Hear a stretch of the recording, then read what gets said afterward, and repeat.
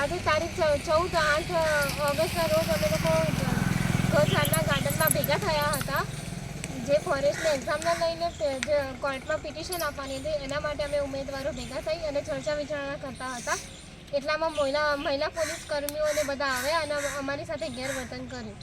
ખરાબ શબ્દોનો ઉપયોગ કર્યો અને બધાને લાફા મારવા માંડ્યા અને ઘણું બધું અમને એ કરવા માંડ્યા. તો અમે શેના માટે આવ્યા છે? અમે ખાલી પિટિશન માટે આવ્યા હતા, અહીંયા ખાલી વિચારણા કરવા માટે આવ્યા હતા. અને આ રીતનું તો વર્તન ખોટું જ છે. પહેલી વસ્તુ કે આ રીતે અમે એકઠા થયા હોય એટલે એવું જરૂરી છે કે બધા મારઝૂટ કરવા જાય? અમે કોઈ જબરજસ્તી કોઈના માટે કરવા નહીં. અમે કોર્ટમાં પિટિશન માટે ભેગા થયા હતા, હજી વિચારણા કરી રહ્યા છે. એ અમારું બધાને પકડી લઈ જાય છે, ગેરરીતિ વર્તા છે અને બધાને લાફા મારી દે છે. આવી કોની સત્તા આપી દીધી તમને કે તમે આ તનાશાહી ચલાવો છો? તમે આ રીતે લાફા મારવાની તમને આપી કોની સત્તા? પહેલી વસ્તુ. અને ન્યૂઝ વાળાએ એમાં બી કેમેરો બંધ કરાવી દીધો અને પછી થપ્પડ લગાવી મારી સાથે જે બેન હતા ને એમને અને એમને ડિટેન કરીને લઈ ગયા.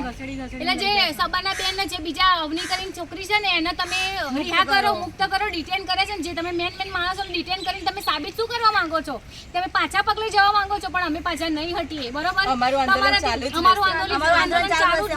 ન્યાય લઈને જ રહીશું. જેટલું રોકશો એટલું જ આંદોલન ઉગ્ર થશે, એટલું ઉગ્ર થશે. એટલે મહેરબાની કરીને અમે રોકવાની, અમારે અટકાયત કરવાની કોશિશ ના કરશો. જે મહિલા અધિકારીએ જે છોકરીને લાફો મારવાનો પ્રયાસ કર્યો છે ને આ રીતની ગેરવર્તન કોઈ જોડે ના કરી શકો તમે. બરોબર? પહેલી વસ્તુ તો કોઈની દીકરી કોઈના મા બાપના લાફા ના કરતા હોય. અહીંયા સરકારી કર્મચારીને લાફા ખાવા આવીએ, અમે અમારો ન્યાય માંગવા આવ્યા છે. અહીંયા કોઈને લાફા ખાવા નથી આવ્યા. બરોબર? અને ઘરે અમે ગરીબ ખાઈએ છીએ ને તો અમારા મા બાપના પૈસાનું ખાઈએ છીએ. બરોબર? કોઈ અમને ખાવા આપી નહીં જતું. પહેલી વસ્તુ એટલે કોઈને લાફા મારવાનો, કોઈને બોલવાનું કે ખરાબ રીતે કોઈના શબ્દો કાઢવાનો કોઈનો અધિકાર નથી.